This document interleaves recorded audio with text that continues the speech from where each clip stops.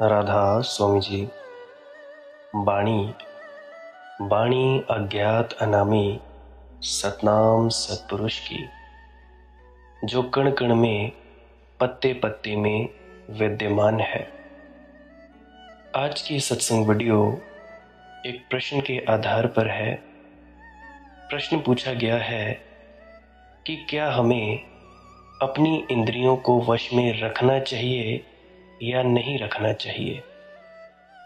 आमतौर से समझा जाता है कि धार्मिक बनने के लिए इंद्रियों को वश में रखना अनिवार्य है। आपने मुझसे कहा कि इंद्रिय दमन भक्ति का लक्षण नहीं है। आप कहते हैं प्रेम मुक्ति है और भक्ति मोक्ष है। भेद समझ में नहीं आया। कृपया मुक्ति और मोक्ष का और प्रेम और भक्ति का भेद बताएं। तो चलिए सत्संग वीडियो आरंभ करते हैं।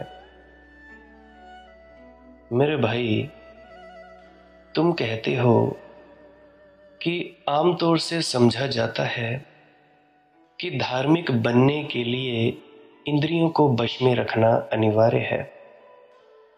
जरा भी नहीं। चैतन्य को जगाओ, इंद्रियां अपने से वश में हो जाती हैं।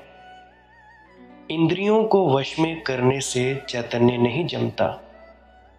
जागरूक बनो, प्रेम और ध्यान को उमगाओ और इंद्रियां वश में हो जाती हैं।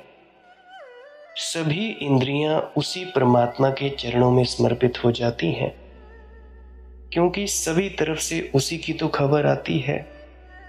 सभी इंगित उसी की तरफ तीर बने हुए हैं। कहते हैं कि इंद्रिय दमन भक्ति का लक्षण नहीं है। हो ही नहीं सकता। भक्त तो आह्लादित होता है, सारी इंद्रियों के साथ नाचता है परमात्मा के सामने। भक्त की तो सारी इंद्रियां संवेदनशील हो जाती हैं। तुम जरा मीरा के सोचो, जो ऐसे प्यारे गीत गा सकी। इसकी इंद्रियां बड़ी संवेदनशील रही होंगी। ये जगत के सौंदर्य को नहीं देखती थी। ऐसा नहीं है। जैसा कि मीरा ने अपने भजन में लिखा है कि तेरा देश रंग रूड़ो, कि बड़ा रंगीन है, बड़ा सुंदर है, लेकिन मेरा मन तेरे देश में नहीं लगता, क्योंकि राणा तेरे देश में साधु नहीं है। राणा को कहती है अपने भजनों में, सौंदर्य है लेकिन ऊपर ऊपर, भीतर का कोई सौंदर्य नहीं है, साधु नहीं है। देह का सौंदर्य है, आत्मा का सौंदर्य नहीं है। इसलिए मेरा मन तेरे देश में नहीं भाता। तेरा देश बुरा है ऐसा भी नहीं है। तेरा देश बड़ा प्यारा है, मगर कुछ चीज की इसमें कमी है। मंदिर सुंदर है लेकिन मूर्ति नहीं है। मंदिर प्यारा है, संगमरमर का है, लेकिन मंदिर का राजा मौजूद नहीं है। तेरे देश में साध नहीं है, इसीलिए मन नहीं भाता। इसीलिए मैं उधर लौटकर नहीं आती। बाहर बाहर सब कुछ है, भीतर भीतर सब खाली है। थाली सोने की है, भोजन उसमें बिल्कुल नहीं है। क्या करोगे ऐसी थाली का? देह सुंदर है और आत्मा कुरूप है। क्या करोगे ऐसी देह का? लेकिन ध्यान रखना, इसमें देह का कोई कसूर नहीं है। देह अगर कुरूप है तो इसीलिए कुरूप है कि भीतर सुंदर आत्मा को जन्माने में तुम असफल हो गए। भीतर जगाओ सौंदर्य को और तुम एक चमत्कार देखोगे। तुम एक चमत्कार देखोगे कि जैसे जैसे भीतर ध्यान, जैसे जैसे भीतर भक्ति, जैसे जैसे भीतर प्रेम का आविर्भाव होता है, वैसे वैसे देह पर भी सौंदर्य की आभा छाने लगती है। देह में भी एक नवीन प्रकाश आ जाता है, एक नई चमक आ जाती है, अलौकिक, इस पृथ्वी की नहीं परलोक की आ जाती है। तो दमन तो लक्षण नहीं है, ऊर्ध्व गमन लक्षण है भक्ति का। इंद्रियों को उठाना है परमात्मा की तरफ। इंद्रियां नीचे की तरफ ना बहती जाएं, पदार्थ की तरफ, जो पदार्थ है इस दुनिया के, इंद्रियां उठने लगे, इंद्रियों को पंख लगे, उड़े इंद्रियां आकाश की तरफ, फिर बड़ी प्यारी हैं, अद्भुत हैं। जिन आंखों ने संसार में भटकाया है, यही आंखें परमात्मा में रमा दे सकती हैं। और जिन कानों ने संसार के शोरगुल में तुम्हें उलझाया है, यही कान तुम्हें अनाहत नाद शब्द धुन से भी भर देंगे।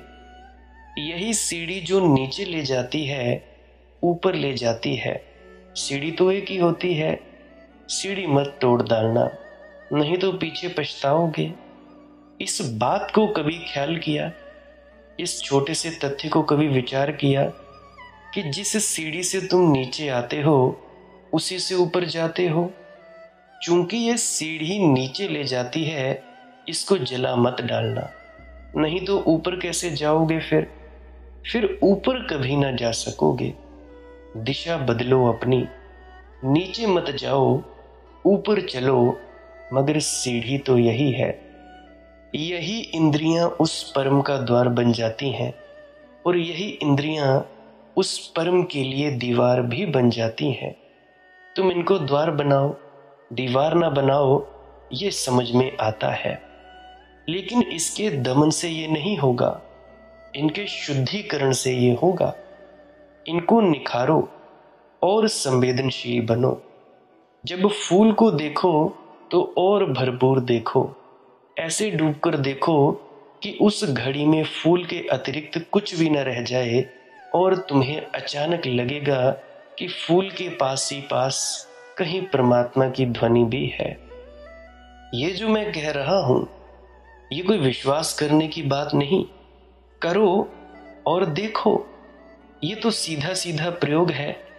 मैं जो भी कहता हूं सब प्रैक्टिकल है, प्रयोग है। मैं जो भी कहता हूं वैज्ञानिक है।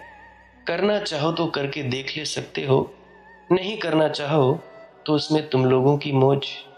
अब जैसे आप लोग देखो कि जिन लोगों की आंख नहीं है, तुम लोग सभी जानते होंगे कि इनको नामदान नहीं मिलता, दीक्षा नहीं मिलती, और उन लोगों को ये पता भी नहीं होता कि परमात्मा का अनुभव क्या है, देखा कैसे जाता है उसको। तो वो व्यक्ति जो अंधा है, तो वो व्यक्ति अपने जन्म में कभी परमात्मा को उपलब्ध नहीं हो सकता। अगर किसी अंधे ने परमात्मा को महसूस किया है, तो जरूर उसने अपने पुराने जमाने में, पुराने जन्म में उसे महसूस किया होगा। अगले जन्म में कर्मों के हिसाब किताब की वजह से उसकी आंख अंधी हो गई है। तुम जरा सोचो, अगर आंख अंधी होने के कारण तुम उसको नहीं देख सकते, महसूस नहीं कर सकते, तो अगर कोई भी इंद्री छीन ली जाए तो क्या तुम उसे महसूस कर सकते हो? हर इंद्री का अपना अपना काम है। हर चीज अपनी अपनी जगह, अपनी अपनी महत्वता रखती है। इसलिए बहुत से लोग हैं जो अपने शरीर की इंद्रियों से नफरत करते हैं। कोई किसी इंद्री को अच्छा मानता है, कोई किसी इंद्री को बुरा मानता है। तो तुम जरा इस छोटी सी उदाहरण से तो देखो, ये जो व्यक्ति जो अंधा है, ये व्यक्ति कभी परमात्मा को उपलब्ध नहीं हो सकता, हो ही नहीं सकता, क्योंकि उसे पता ही नहीं। और जिसने कभी आंख से देखा ही नहीं, वो कैसे देख सकता है? अनदेखे को कैसे देखा जाए? उसे तो ये भी पता नहीं होता, जो जन्म से अंधा है, कि भाई जो मैं देख रहा हूं ये अंधेरा है या क्या है। काला शब्द का उसको पता भी नहीं। अब तुमने अगर सफेद देखा है तभी तो तुम भेद कर पाते हो, उलट कर पाते हो कि जी काला है, सफेद है, दिन है, रात है, तभी तुम भेद कर पाते हो। अगर ऐसा ना हो तो तुम्हें पता कैसे लगता है? ये सबसे बड़ी सजा दी जाती है अंधों को। वो व्यक्ति जब तक मरेगा नहीं, मरकर अगला जन्म होगा नहीं, या उसको आंख उपलब्ध होगी नहीं, तब तक वो नहीं उपलब्ध हो सकता। और ऐसा भी नहीं है कि जो मैं कह रहा हूं ये बिल्कुल ठीक हो। मेरे देखे ऐसा देखा गया है कि जो जितने भी अंधे हैं, उनको बस इतनी ही सजा दी जाती है कि वो व्यक्ति उस जन्म में परमात्मा को उपलब्ध नहीं हो सकता। अगर उसको आंख प्रदान कर दी जाए तो शायद कोई बात हो सकती है, परंतु मैं देखता हूं अंधे की तो बात छोड़ो, तुम लोगों के पास आंखें हैं, तुम लोगों ने भी कौन सा उसे देख लिया, कौन सा उसे अनुभव कर लिया, उसकी तो बात छोड़ो। तुम लोग भी कौन से भाई बहुत बड़े हुए हो। तो भाई हर इंद्री का अपना अपना महत्व है। अगर हर इंद्री का अपना अपना महत्व नहीं होता तो शायद परमात्मा ही उसे हमें लगा कर ना भेजता। जिस चीज की जरूरत है, अब एक गाड़ी है, गाड़ी को जो जो पुर्जों से मिलाकर बनाया जाता है, हर पुर्जा जो गाड़ी में लगा दिया जाता है, शीशे हैं, टायर हैं, उसकी बॉडी है, उस पर जो कांच लगा होता है, शीशों का जो दरवाजे लगे होते हैं, बटन्स हैं, तो हर चीज का एक अपना अपना महत्व है। एक चीज भी टूट फूट जाए तो गाड़ी गाड़ी नहीं रहती, उसकी पूरी जो कारीगरी है वो खत्म हो जाती है। उस गाड़ी को कह देते हैं कि जी ये विकलांग गाड़ी है, चलो जाती है, गाड़ी चल जाती है, ऐसा नहीं है कि नहीं चलती, परंतु वो पूरी नहीं होती है। तो भाई हर इंद्री का अपना अपना महत्व है। अब जैसे कोई बीड़ा बजा रहा है, तुम सुन रहे हो और गहरे सुनो, सुनते सुनते मस्त हो जाओ, ऐसे सुनो कि डूब ही जाओ, और अचानक तुम पाओगे कि बाहर की वीणा तो बजती ही रही, भीतर की वीणा बजनी शुरू हो गई। बाहर की वीणा की संगीत में भीतर की पड़ी हुई सूनी वीणा पर कुछ स्वर कंपने लगे।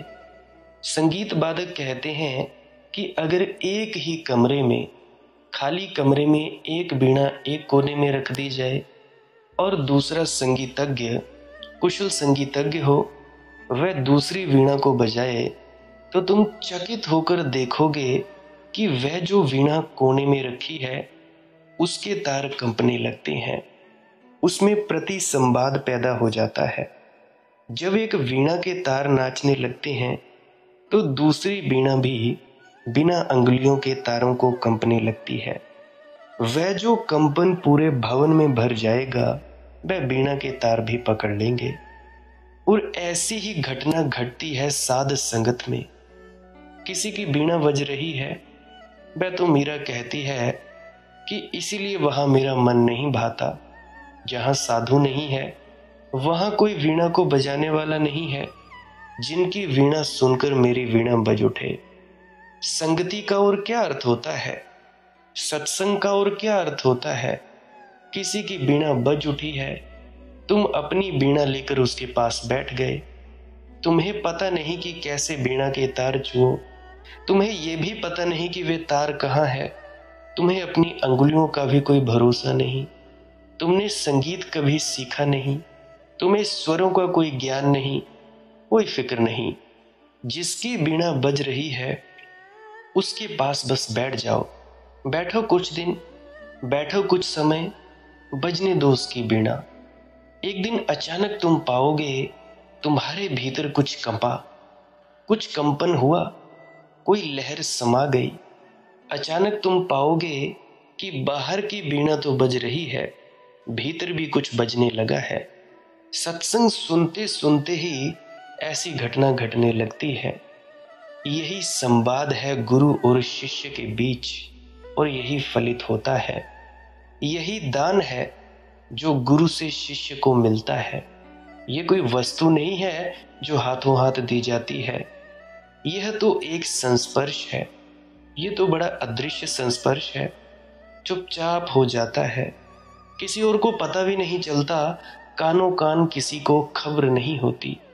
कोई चीज आती ना कोई चीज जाती, गुरु से कोई चीज निकलकर शिष्य में नहीं जाती, मगर गुरु के बीच कुछ कंपता है, नाचता है, और उसी नाच में शिष्य के भीतर कुछ नाचने लगता है।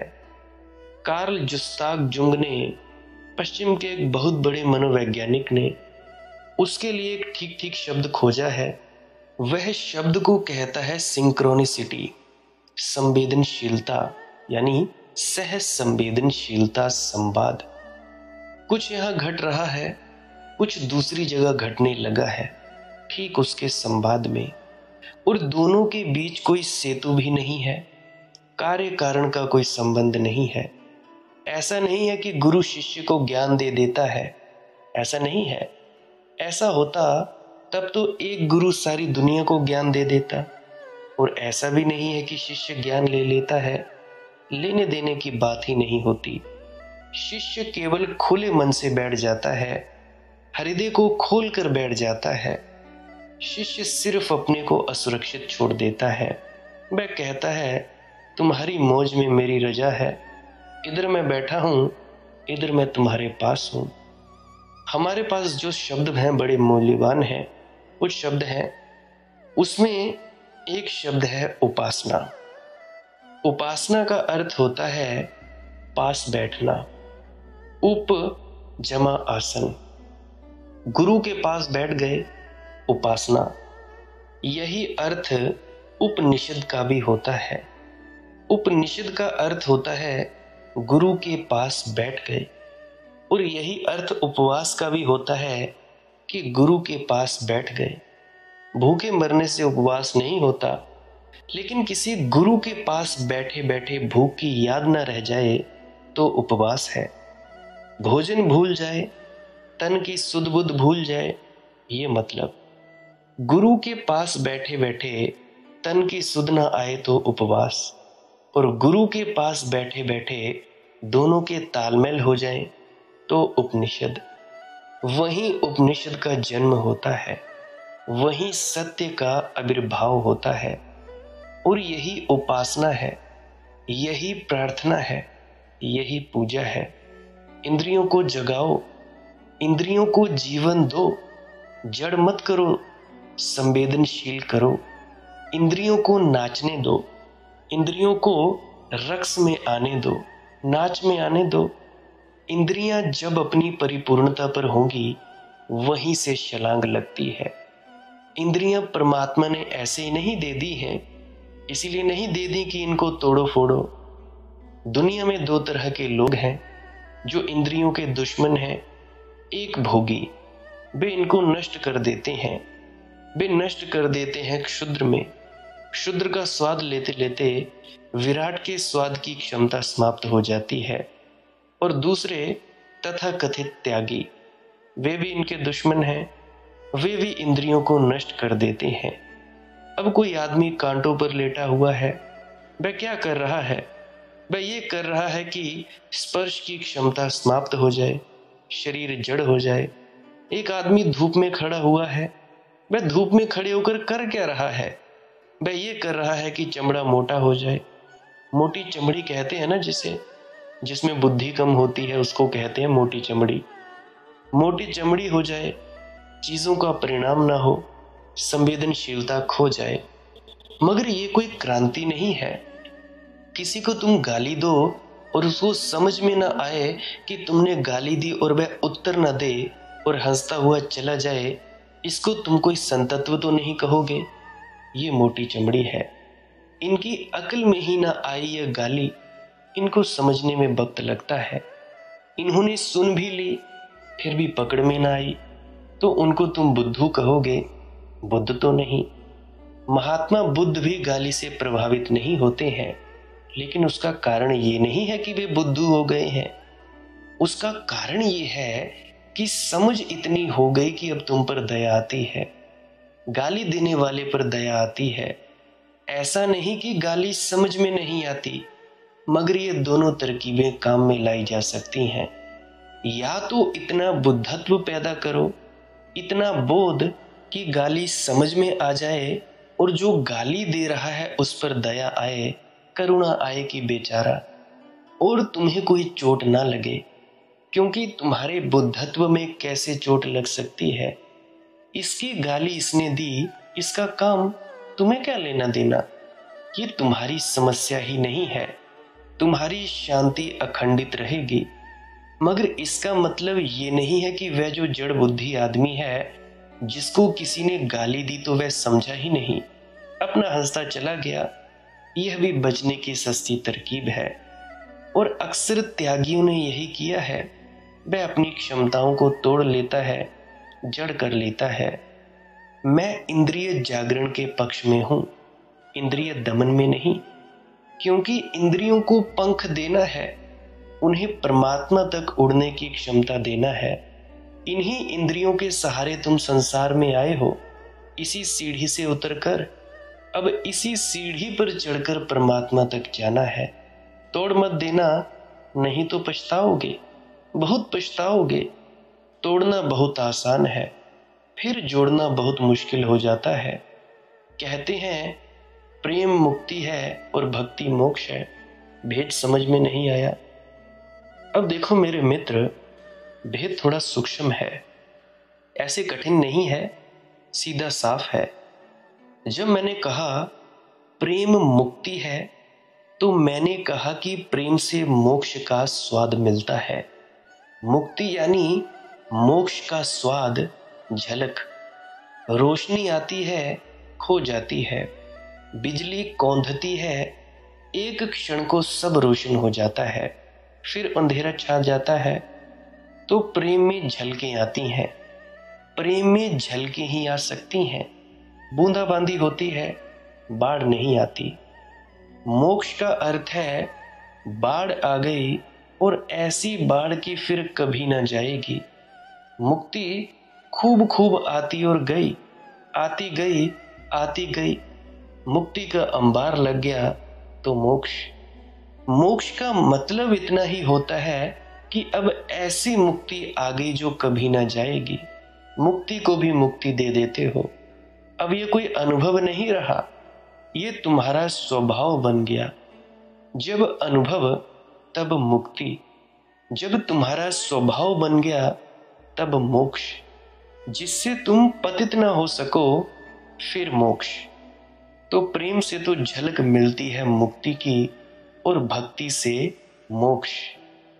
प्रेम का मतलब होता है एक मनुष्य का दूसरे मनुष्य से प्रेम, मनुष्य का मनुष्य से प्रेम, मनुष्य की भांति।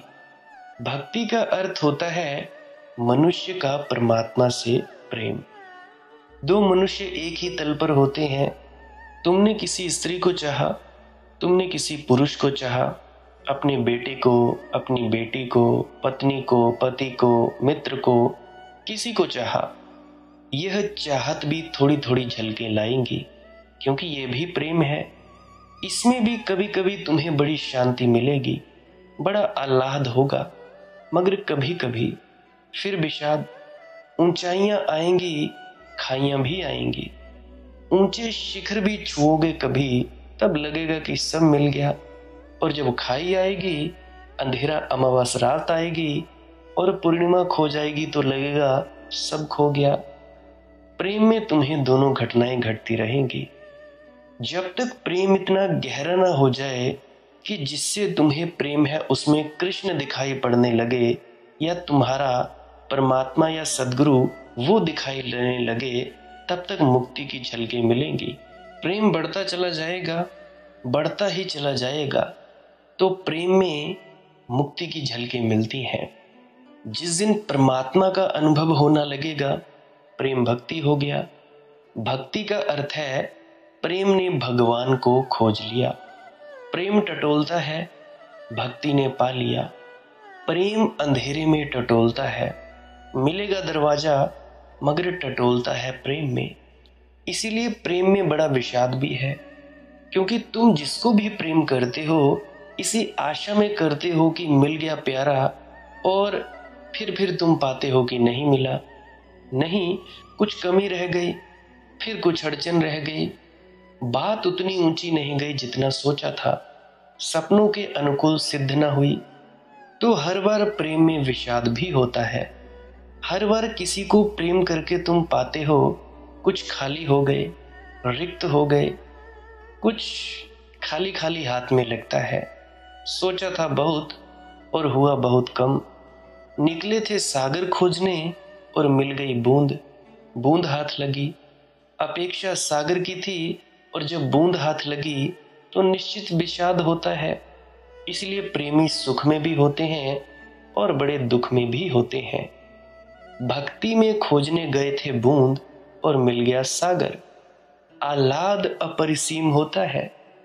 तुमने जितना सोचा भी नहीं था उतना मिल गया। तुम तो सोचोगे भी कैसे, सागर तुमने देखा नहीं है। सोचोगे भी कैसे, परमात्मा तुमने देखा नहीं है। सोचोगे भी कैसे, तुम तो कुछ गए थे, थोड़ा सा लेने गए थे भाई, मगर वहां आकाश टूट पड़ा। तुम संभाल ना सको इतना मिला, तुम बांध ना सको इतना वर्षा। तुम्हारी गठरी छोटी पड़ गई तो भक्ति। प्रेम जब सीमाओं से मुक्त हो जाता है तो भक्ति हो जाता है, और जब तुम्हारा प्रेम पात्र सीमाओं से मुक्त हो जाता है तो भगवान हो जाता है। भक्ति से मोक्ष, प्रेम से मुक्ति। अगला प्रश्न एक मेरे मित्र द्वारा पूछा गया है। उन्होंने लिखा है कि जब से आपको सुनने लगा हूं तो मेरी आंखें खुली, लेकिन मुझे लोग तब से अंधा कहने लगे हैं। मैं धीरे धीरे जाग रहा हूं और लोग कहते हैं कि मैं गुमराह हो गया हूं। जो कभी मेरी सलाह मांगते थे वे ही अब मुझे बिना मांगे सलाह देने चले आते हैं। मैं क्या करूं? देखो भैया, मैं कहता हूं तुम और अंधे हो जाओ, तुम और गुमराह हो जाओ। तुम इतने गुमराह हो जाओ कि तुम्हें यह भी याद न रहे कि कौन क्या कह रहा है। तुम इतने अंधे हो जाओ कि तुम्हें ये और लोग दिखाई भी ना पड़े। तुम इतने बहरे हो जाओ कि इनकी सलाह भी तुम्हें सुनाई ना पड़े। अब जब हुए ही हो पागल तो अब कंजूसी क्या करनी? लोग हंसेंगे, हंसने दो, तुम भी हंसो। मुझे याद है शुरू शुरू में मेरे खुद के घर वाले हंसते थे। अरे शुरू की बात तो छोड़ो, आज भी हंसते हैं, पागल समझते हैं। जो भी मुझे मेरा कोई रिश्तेदार मिलता है पागल ही पागल समझता है। वो ये थोड़ी ना समझता है कि हाँ इसमें शायद कुछ बुद्धिमत्ता आ गई या विवेक आ गया है। पहले भी वही समझते थे, अब तो चलो वो पूरे पूरे पागल हो ही गए हैं। अगर तुम हंस दिए अहले वाले, अगर तुम हंस दिए अहले वाले दिल पर, क्या ताज्जुब है कि मैं खुद भी बामुश्किल जब्त करता हूं हंसी अपनी। अगर तुम हंस दिए अहले वाले दिल पर, क्या ताज्जुब है। अगर लोग हंसते हैं तो कुछ आश्चर्य मत करना। कभी कभी खुद भी हंसना, कभी कभी खुद भी देखना क्या से क्या हो गया, क्या थे और क्या हो गए। मुझे आज भी बात याद है, मई महीने में छमाही भंडारा होता है, मेला होता है इधर दरबार में, डेरा बाबा सखी सुल्तान में। तो उनका 2 दिन का प्रोग्राम होता है हर 6 महीने के बाद, बाकी तो जेठे वीरवार को होता ही है। तो वहाँ पे एक बुधवार का रात का प्रोग्राम, सारी रात कवालियाँ चलती हैं, अपना मस्त चलता है, एकदम से पूरी महफिल लगी होती है। और अगले दिन वीरवार को भी वो पूरा दिन चलता है। तो पिछले दिन मैं वहाँ पे बैठा हुआ था, बुधवार का वक्त था, बुधवार का दिन था। तो रात के कोई 10-11 बजे होंगे, कवालियाँ चल रही थी। तो वहाँ पे सब कुछ नाच गान चल रहा था। तो मेरे एक मित्र हैं सोनू भाई, साथ में बैठे थे मेरे साथ। तो मैं देख रहा था तो सभी को, कोई नाच रहा था, कोई गा रहा था, सब अपने मस्त हुए जा रहे थे। और देखते ही देखते मुझे बड़ा आनंद आ रहा था, क्योंकि इतनी मस्ती होती है कवालियाँ सुनने में। तो देख रहा था और हंस रहा था। अब मेरे साथ में जो बैठे थे भाई कहने लगे, भाई ओए ऐसे नहीं हंसा करते किसी पर। तो मैंने बोला, भाई तुम्हें क्या पता मैं क्यों हंस रहा हूँ? तुम्हें क्या लगता है कि मैं इनको देखकर हंस रहा हूँ? मुझे तो ये कोई दिखाई ही नहीं दे रहा है। जो मुझे दिखाई दे रहा है वो मैं तुझे कैसे बताऊं? फिर वो कहने लगे, मैं समझा नहीं। मैंने बोला चलो छोड़ो बात और कवालियों का आनंद लो। तो मैं कहता हूं कि भाई अगर लोग हंसते हैं तो कुछ आश्चर्य मत करना, तुम भी हंसना, खुद भी देखना क्या से क्या हो गया। भले चंगे आदमी थे, पागल हो गए हो, सुध बुध वाले आदमी थे, तभी तो लोग तुमसे सलाह मांगने आते रहे होंगे, ज्ञानी समझते होंगे। अज्ञानी हो गए, अब लोग वे ही लोग सलाह देने चले आते हैं कि मैं खुद भी बामुश्किल जब्त करता हूँ हंसी अपनी। हुई हैं बारिशें संगे मलामत की बहुत, लेकिन जहे वजह जुनू कायम है शोरी दासरी अपनी। पत्थर तो बहुत गिरेंगे तुम्हारे सिरों पर, हुई है बारिशें संगे मलामत की बहुत, लेकिन मेरे साथ जुड़े हो तो यह सस्ता सौदा नहीं है भैया। पत्थर तो बहुत पड़ेंगे ही सिर पर। मेरे इतने पड़े थे, अब भी पड़ रहे हैं, तो तुम्हें क्यों नहीं पड़ेंगे। लेकिन अगर तुमने मेरे साथ जुड़ने का आनंद समझा तो तुम उन पत्थरों को भी आनंद से सह लोगे। तुम्हें वे गालियां भी फूल जैसी हो जाएंगी, वे कांटे भी तुम्हें चुभेंगे नहीं। पीड़ा में भी एक माधुर्य होगा। हुई है बारिशें संगे मलामत की बहुत, लेकिन जगह जगह पत्थर की बारिश होगी, जगह जगह गालियां पड़ेंगी, जगह जगह लोग अपमान की बातें कहेंगे। जहे बजय जुनू कायम है शोरी दासरी अपनी।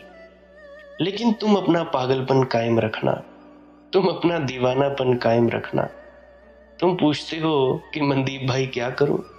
मैं कहता हूं दीवानापन मजबूत करो, ऐसा मजबूत करो कि सारी दुनिया भी उसे ना मिटा पाए। जहां बालों का क्या है वो तो दीवाना समझते हैं, मुझे कुछ अक्ल से अपने भी बेगाना समझते हैं। अजब अंदाज से मेरे सकूते लब पे हंसते हैं, जो सच्ची बात कहता हूं तो अफसाना समझते हैं। बहारे जावेदा इसमें जमाले दो जहां, इसमें मेरी दुनिया को फिर भी लोग दीवाना समझते हैं। तुम एक ऐसी बहार से भरते जा रहे हो, एक ऐसे बसंत से जो शाश्वत है। एक ऐसी बहार तुम्हें दे रहा हूं जो कभी मिटेगी नहीं, जिसमें फूल खूब खिलते हैं तो मुरझाने को नहीं, जिसमें पत्ते आते हैं तो गिर जाने को नहीं। और दोनों दुनियाओं का, इस लोक का और परलोक का सारा रस इसमें है। बहारे जावेदा इसमें जमाले दो जहां, इसमें सारी ज्योति इसमें है, सारा प्राण इसमें है। मेरी दुनिया को फिर भी लोग दीवाना समझते हैं, लेकिन फिर भी लोग तो तुम्हें पागल ही समझेंगे। लोग तुम्हें पागल इसलिए समझते हैं कि लोग अपने को पागल नहीं समझना चाहते, और कोई कारण नहीं है, क्योंकि दो बातों में एक ही हो सकती है, या तो तुम पागल हो या फिर वे पागल हैं। कौन अपने को पागल समझना चाहता है? फिर उनकी भीड़ है, उनकी बहुसंख्या है, डेमोक्रेसी है।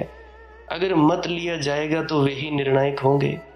ईवीएम मशीन में कुछ ना कुछ घोटाला करेंगे या कुछ ना कुछ किसी को खरीद लेंगे, तो तुम पागल ही कहलाए जाओगे। वे अपनी रक्षा कर रहे हैं।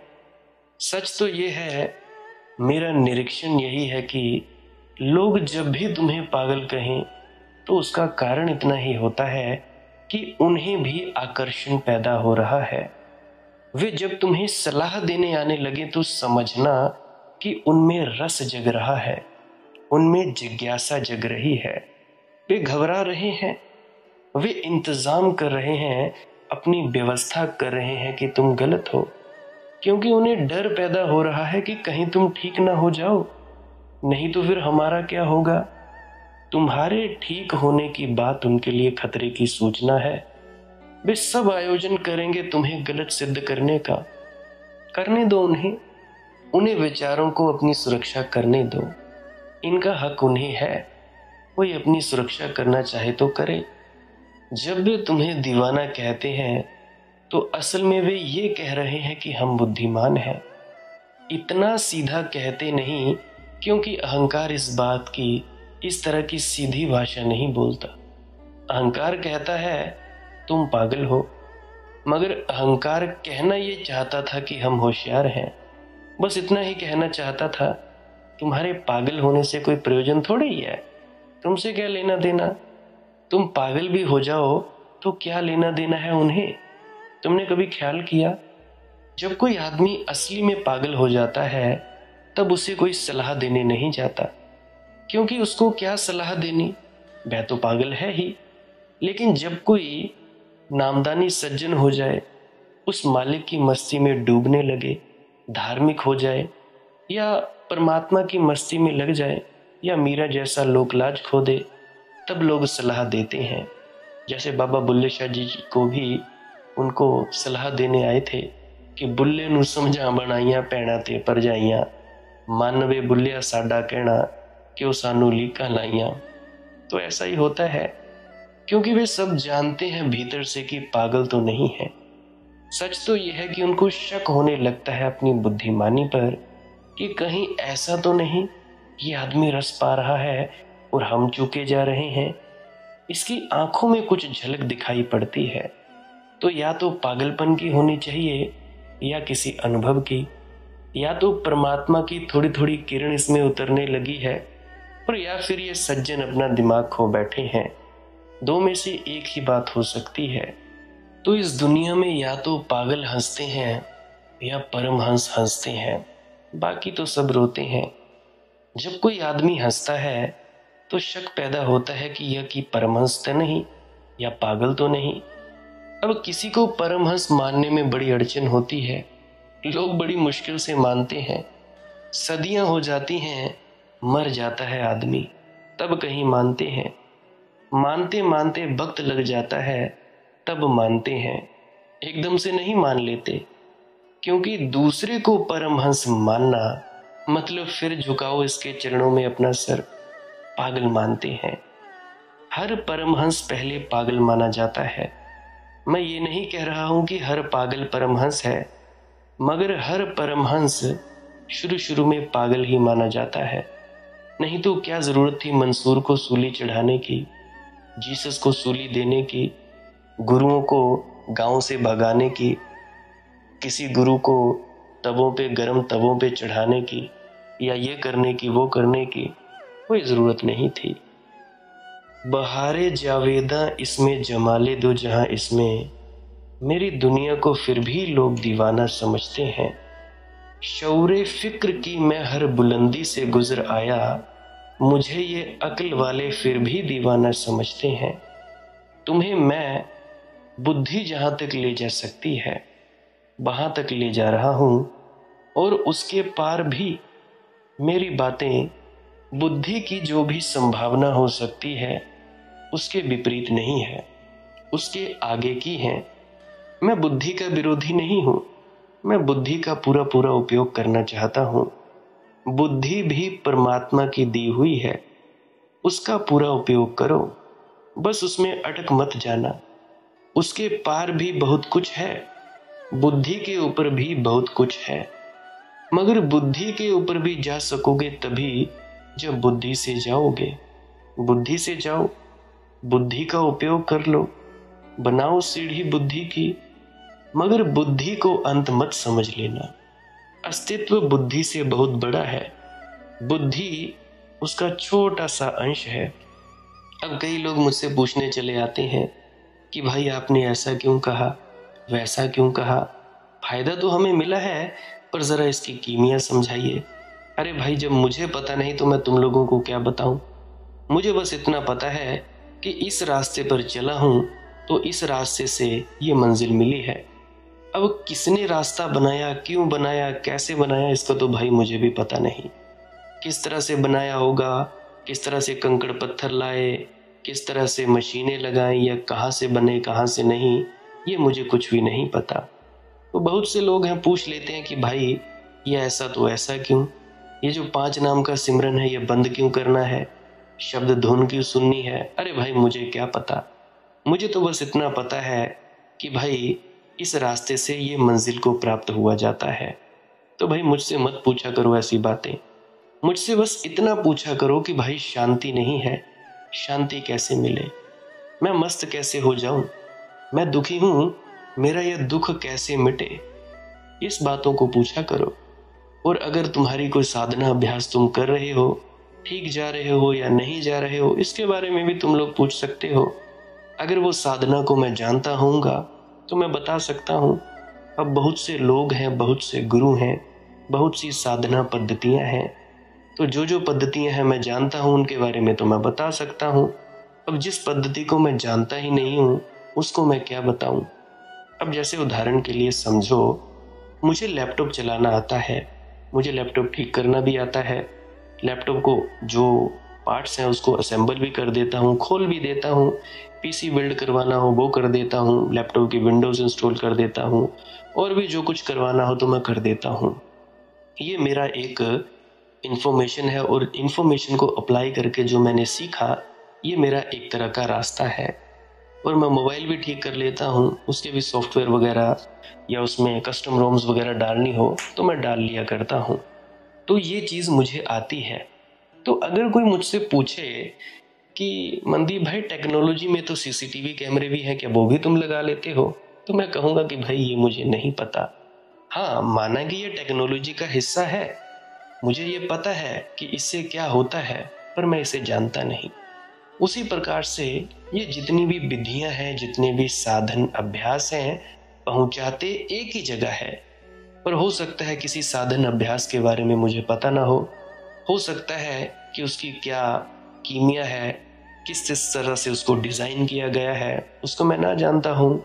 अब जितना मैं जानता हूँ उतना ही मैं बता सकता हूँ, पर इतना जरूर बता सकता हूँ कि आनंद कैसे मिलेगा। तुम्हारी साधना अगर मुझे समझ आ जाए तब भी मैं बता सकता हूँ, अगर ना समझ आए तो मैं अपना भी बता सकता हूँ।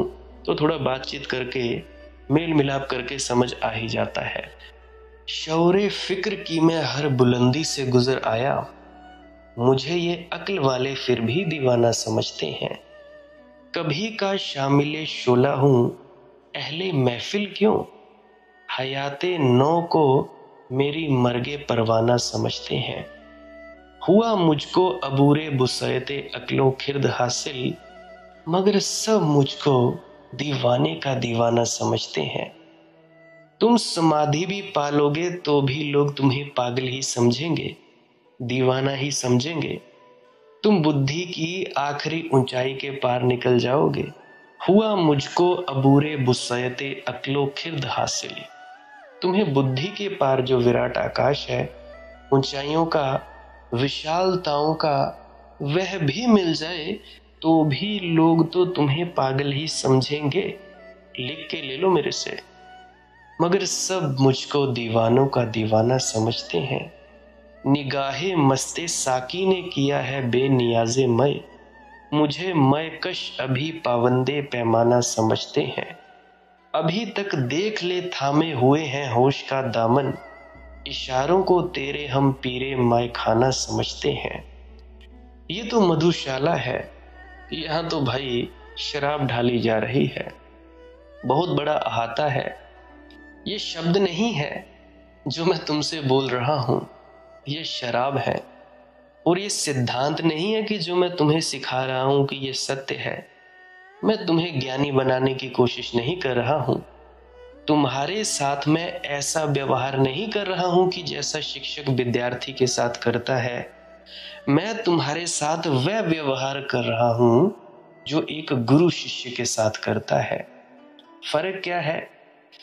शिक्षक समझाता है, सूचनाएं देता है, विद्यार्थी सूचनाएं इकट्ठी करता है, परीक्षा देता है। परंतु गुरु सूचनाएं नहीं देता, अपने हृदय को उंडेलता है। शिष्य अपने पात्र को खोलता है और भरता है। और परीक्षा किसी विश्वविद्यालय में नहीं होती, परीक्षा तो परमात्मा के सामने है। फिर परीक्षा तो फिर पूरा जीवन है। अगर तुम लोग मुझसे पूछते हो तो मैं कहूंगा अच्छा हो रहा है लोग तुम्हें दीवाना समझने लगे।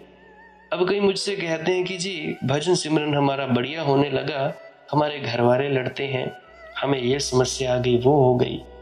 बिल्कुल शुक्र करना, उसका धन्यवाद करना। ये परीक्षा की घड़ी है। इसी परीक्षा में तुम्हारे ध्यान का मीटर सेट होता है। ध्यान की जो तुम्हारा पता लगता है कि कितना तुम्हारे अंदर ध्यान का जो अमृत है वो जज्ब हुआ है। अगर तो तुम लोग डोल गए तो समझना अभी ध्यान कच्चा कच्चा है। अगर नहीं डोले तो और अगली कक्षा में बिठा दिए जाओगे।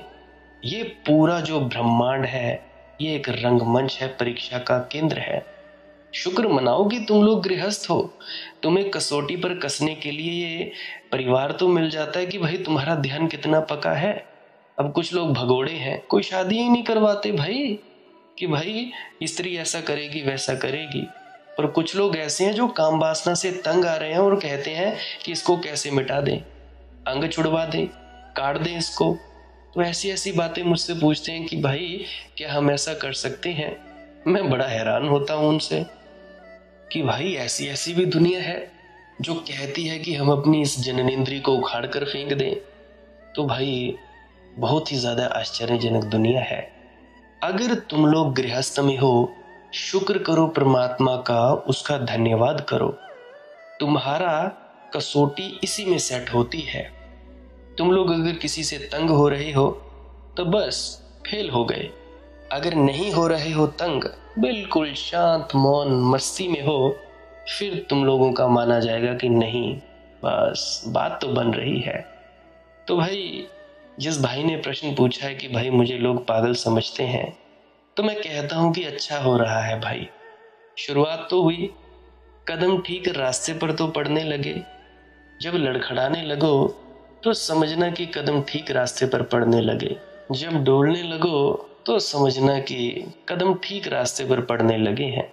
शुभ हुआ, बहुत बहुत तुम्हें मुबारक। आखिरी प्रश्न है, अभी और आगे प्रश्न नहीं लूंगा क्योंकि 1 घंटे के करीब हो जाएगा। प्रश्न पूछा है कि भाई आपने कहा कि मीरा कृष्ण के समय में ललिता नामक गोपी रह चुकी थी। ललिता से मीरा तक की यात्रा में 4500 वर्ष का समय लग गया। भाई क्या प्रेम का मार्ग इतना ज्यादा कठिन है और इतना ज्यादा लंबा है? देखो, ना तो कठिन है ना लंबा है, और 4500 साल कोई लंबाई नहीं है। 4500 साल कुछ भी नहीं है। इस अस्तित्व की अनंतता तो देखो। यहां 4500 साल में क्या मतलब होता है? एक क्षण जैसे। हिंदू शास्त्र एक सृष्टि से एक प्रलय तक को ब्रह्मा का एक दिन कहते हैं, 24 घंटे। अगर 24 घंटे का ऐसा हिसाब रखो तो कृष्ण और ललिता के बीच में क्या फर्क पड़ा?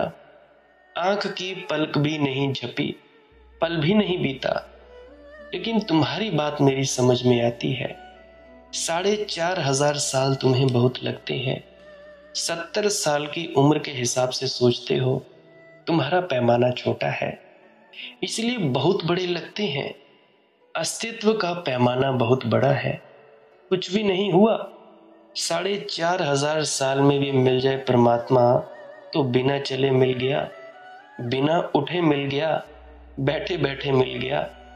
ख्याल रखना कि कितना ही चलने के बाद परमात्मा मिले तो भी जल्दी मिला, क्योंकि अनंत है ये यात्रा और कठिनाई कुछ खास नहीं है।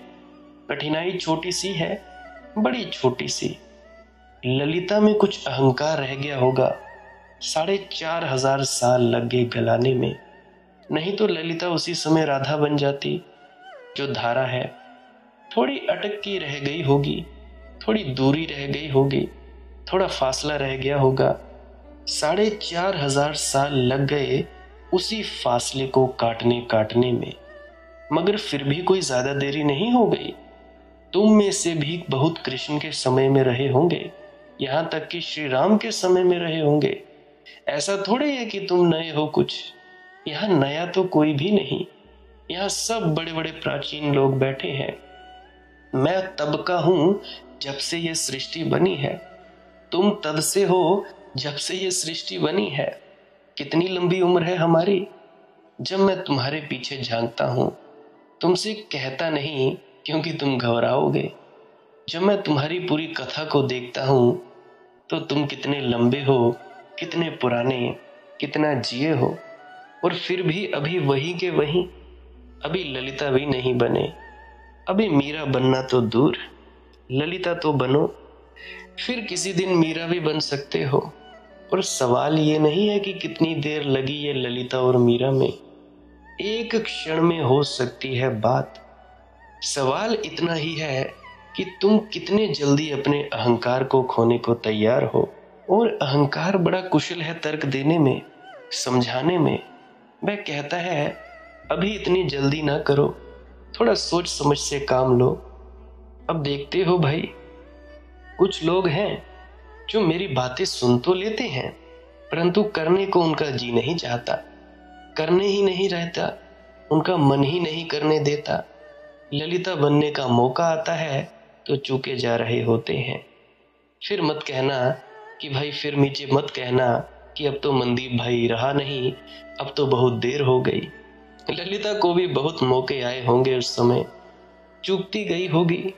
कभी छोटी छोटी बातों ने अड़चन डाल दी होगी, कभी यही अड़चन बात की गई होगी कि राधा कृष्ण के इतने करीब क्यों, मैं इतने करीब क्यों नहीं।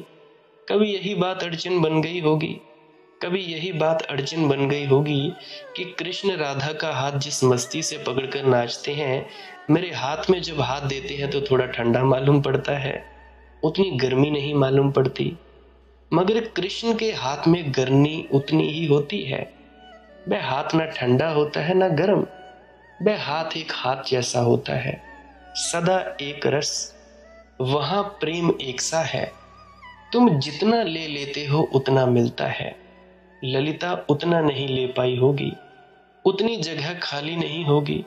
हाथ ठंडा लगेगा, हाथ लगेगा ठंडा तो ललिता और अकड़ जाएगी, और उसी अकड़ के कारण हाथ और ठंडा होता जाएगा। ऐसा कोई छोटी मोटी बात अटक गई होगी, छोटी ही बातें अटका लेती हैं। परमात्मा और तुम्हारे बीच बड़ी बातें हैं भी क्या, हो भी क्या सकती है बड़ी बात। आदमी छोटा है, उसकी बातें सब छोटी हैं। परमात्मा बड़ा है, उसकी सब बातें बड़ी हैं। परमात्मा बाधा नहीं डाल रहा है, इसलिए कोई बड़ी बाधा, कोई भी बड़ी बात बाधा नहीं डाल सकती। छोटी छोटी बातें हैं, बड़ी छोटी छोटी बातें हैं। रहे फना पे कदम अब बढ़ा रहा हूं मैं, तमाम उम्र की बिगड़ी बना रहा हूं मैं। रविस रविस को सजाया था जिस गुलिस्तां की, उसी के शाखों सजर को जला रहा हूं मैं। जो हार बनाया था हाथों से अपने खिस्त व खिस्त, उसी को खाक में अक्सर मिला रहा हूं मैं। बड़े ही शौक से जो आशियां बनाया था, उसे खुद अपने ही हाथों जला रहा हूं मैं। दुआएं मेरी चली हैं कबूल होने को, कि खुद ब खुद तेरे कदमों में आ रहा हूं मैं।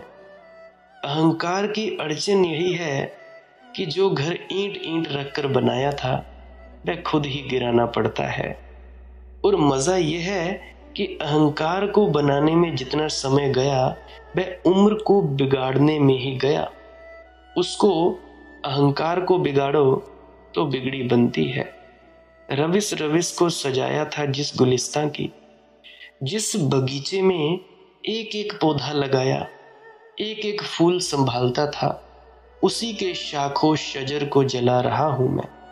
फिर घड़ी आती है तब उसी के एक एक पत्ते, एक एक फूल, एक एक वृक्ष, एक एक शाखा को जला देना पड़ता है अपने हाथों से। यही अड़चन है। अहंकार हमने ही बनाया, फिर मिटाते वक्त अड़चन होती है। जो हार बनाया था हाथों से अपने खिस्त व खिस्त, ईंट पर ईंट रखकर, फूल पर फूल रखकर जो हार बनाया था, वह जो घर अहंकार का बनाया था, उसे खुद अपने ही हाथों जला रहा हूं मैं। ये करना ही होता है, यही साधना है, बस यही। और ये जिस दिन पूरी हो जाए, उसी दिन सिद्धि उतर आती है। दुआएं मेरी चली हैं कबूल होने को, कि खुद ब खुद तेरे कदमों में आ रहा हूं मैं। अहंकार खो जाए। अब जो तुम लोग सब सोचते हो कि मैं भजन सिमरन करूंगा, मैं भजन सिमरन करूंगी, अजी आज तो बड़ा दुख हुआ, आधा घंटा ही कर पाया, 2.5 घंटे नहीं कर पाया, तो ये सब क्या है? ये अहंकार नहीं तो और क्या है? जब मैं कहता हूं कि भाई दुख मत मनाओ, कोई चिंता मत लो, जितना बैठ होता है बस बैठो, बस खुद को मिटा दो। खुद को मिटाना तो दूर, तुम लोग और भी ज्यादा अहंकार पाल लेते हो। अजी मैं तो 5 घंटे बैठ लेता हूँ, 6 घंटे बैठ लेता हूँ, 2.5 घंटे बैठ लेता हूँ, तो क्या हुआ भैया? बहुत से लोग हैं जो 4-4 5-5 दिन उठते ही नहीं है। हिमालय में जाकर देखना, ऐसे ऐसे योगी हैं जो 4-4 5-5 दिन उनको पता ही नहीं लगता है क्या हो रहा है क्या नहीं हो रहा है। रिद्धि सिद्धि मिल जाती है, सोचते हैं कि ये जो अनुभव हो रहा है यही असलियत है, परंतु बात कुछ और होती है। खुद को नहीं जानते, रिद्धियां सिद्धियां यक्षिणी दक्षिणी सब कुछ जानते हैं, पूरा ब्रह्मांड जानते हैं बस खुद को छोड़कर। और खुद को छोड़कर अगर पूरा ब्रह्मांड भी जान लिया तो ये जानना कुछ जानना नहीं है। ब्रह्मांड में किसी को ना जाना, खुद को जान लिया, ये जानना ही सबसे बड़ी बात है। यही तो भजन सिमरन करने की कला है। अब तुम लोगों को सदगुरु ने विधि बताई कि भाई पहले तुम लोग सब सिमरन करो, क्योंकि सारी दुनिया में जितने भी लोग हैं उनके अंदर विचार चलते हैं। अब अनेक विचारों से एक विचार में आओ, फिर एक विचार को भी छोड़ दो। पहले तुम लोगों के मन में बहुत विचार चलते थे, अब तुम लोगों ने आंख बंद की, जपना शुरू किया, राम राम राम राम, वाहिगुरु वाहिगुरु, राधा स्वामी, या जो भी तुम जाप करते हो, 5 नाम का 3 नाम का, तुम्हें पता लगा कि भाई तुम लोग अपने पास आने लगे। फिर इसको छोड़ देना है। फिर दूसरा कदम आंख बंद करके रखनी है, बस इसी अंधेरे में ठहरे रहना है और ये जानते रहना है कि हम इस अंधेरे को देखने वाले हैं। और ध्यान रहे, शरीर को ज्यादा हिलाना डुलाना नहीं है, शरीर को एक जगह पे रखना है। कोशिश किया करें कि शरीर ज्यादा देर तक एक ही जगह बिना हिले डुले बैठा रहे, क्योंकि दूध का दही तभी जमता है अगर दही बार बार हिलाया डुलाया ना जाए, तभी जमता है ना। अगर कोई जमाता हो दही तो उसको पता होगा कि जो दूध है गर्म किया, उसमें खट्टा हल्का सा 1 चम्मच दही डाला, फिर उसको फ्रिज में रख दिया या जहां भी तुम लोग रखते हो, अगर उस दूध को बार बार हिलाया जाए तो वो दही नहीं जमता है। अगर वो जो दूध का जो कटोरा है जो भी तुम रखते हो, अगर उसको ना हिलाया जाए तो दही जम जाता है। ये बात मुझे मेरी बुआ ने बताई थी। एक दिन ऐसे ही अचानक उन्होंने कहा यही बात जो मैंने अभी आपको बताई, दही जमाने वाली। मेरे दिमाग की घंटी बजी। मैंने बोला चलो ये करते देखते हैं। तब मैं बड़ा परेशान हुआ करता था कि यार क्या करूं क्या ना करूं, कुछ दिखता नहीं मिलता नहीं, और मुझे कोई बताने वाला भी नहीं था। चिट्ठी पत्री किसको लिखूं, अगर लिख भी दूं तो उसका जवाब कब आए और क्या ना आए कोई पता नहीं। तो भाई चलता गया तो अपने आप ही परमात्मा ने मेरी बुआ जी के मुख से ये बात निकला दी। जैसे ही निकली मेरे पल्ले पड़ गई, मैं बैठने लगा, बिना हिले डुले बैठने लगा। ये बहुत वक्त पहले की बात है। चौकड़ी मारकर बिना हिले डुले बस आंखों के सामने देखता रहा, कोई जोर नहीं डाला, देखता रहा, मतलब कि कोई परवाह ही नहीं। जिधर अंदर अंधेरे में टिका रहा, अपने आप जो बात होनी चाहिए थी वो होती रही। और आज आप सभी लोगों के सामने बोल रहा हूँ, या आप YouTube के माध्यम से मुझे सुन रहे हैं, तो इसमें कोई बड़ी बात नहीं है। कोशिश यही किया करें कि ज्यादा देर तक बिना हिले डुले बैठा करें, तब बात बनेगी। तो इससे आपको अगर शब्द धुन भी सुन जाए तो सुनते सुनते कुछ नहीं करना है, अंधेरे में ही ठहरे रहना है। खुद व खुद लीन हो जाओगे। प्रकाश दिख जाए तो उसको देखते रहना है, कुछ भी हो जाए उसको होने देना है। ये नहीं सोचना है कि ये क्यों हुआ, और ना कुछ चाहना है, ना सोचना है, ना विचारना है, ना पाना है। बस उसी अंधेरे में स्थित रहना है, बस बात खत्म। और आपको ये सांस क्रिया भी मदद कर सकती है भीतर उतरने में। नाक से सांस लेना होता है और मुंह से छोड़ना है। ज्यादा सांस रोकनी नहीं है, बस जैसे ही सांस अंदर ली वैसे ही बाहर छोड़ दी। करते करते 15-20 मिनट, आधा घंटा, पौना घंटा, जितनी देर भी तुम लोग कर सकते हो करो। उसके बाद फिर से बैठ जाओ, लेट सकते हो तो लेट जाओ, नींद आ जाए तो सो जाओ, उसकी कोई चिंता नहीं है। जब नींद से उठो फिर दोबारा लग जाओ अपनी मस्ती में, ध्यान के लिए बैठने लगो। तो इस तरह से आप लोग कर सकते हो। ये प्रक्रिया प्रेग्नेंट लेडीज बिल्कुल ना करें। जिनको थोड़ी सांस की प्रॉब्लम है या दिल की प्रॉब्लम है, वो 4-5 सांस लेकर देखें। अगर परेशानी हो फिर मत करें, फिर आपको कोई दिक्कत परेशानी लेने की जरूरत नहीं है, फिर आप चुपचाप मौन होकर बैठा करें। उसके अलावा सभी लोग इसको कर सकती हैं। जिनको नींद नहीं आती वो भी करें, डिप्रेशन में है वो भी करें, जिनके बच्चे थोड़े पढ़ाई लिखाई में कमजोर हैं वो भी जरूर करें। चाहे कुछ भी होता हो, शरीर कांपता हो कांपे, डर लगता है तो लगता रहे, आपने उसकी चिंता नहीं लेनी है। जो होता है बस होने देना है, बस देखते रहना है कि हो क्या रहा है।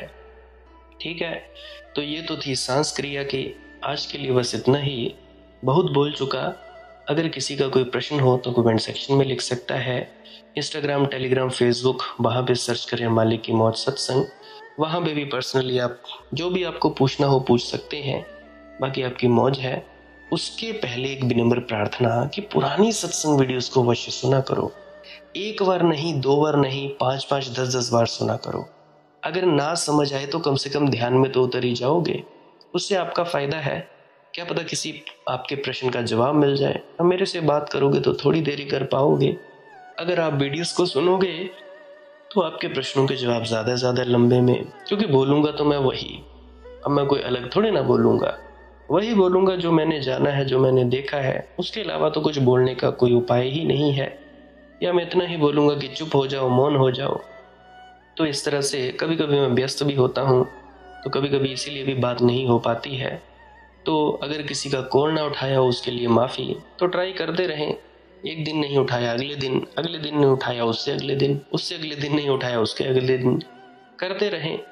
तो जिस दिन उठा लिया उस दिन सौभाग्य, नहीं उठाया तो भाई काम होता है, गृहस्थ व्यक्ति हूँ, तो उसके लिए मैं पहले ही माफ़ी चाहता हूँ। बाकी शेयर करना हो तो शेयर कर सकते हैं अपने परिजनों से इस वीडियो को। बाकी आपकी अपनी मौज है। सब्सक्राइब कर सकते हैं इस चैनल को अगर रोज रोज नए नए सत्संग सुनना चाहते हैं। सत्संग का वक्त रहता है सुबह 5 बजे। कोई भी खुशकिस्मत भाग्यशाली जीव है, सुन सकता है। लाइक कर सकते हैं इस वीडियो को अगर आप जी को कुछ सीखने को मिला है, और कमेंट सेक्शन में राधा स्वामी ज़रूर लिखें। आप मुझे इतने अंत तक सुनते हो, इतना प्रेम प्यार देने के लिए बहुत बहुत धन्यवाद, बहुत बहुत शुक्रिया। अंत में आपके भीतर बैठे परमात्मा को प्रणाम करता हूँ। मेरा प्रणाम स्वीकार करें। राधा स्वामी जी।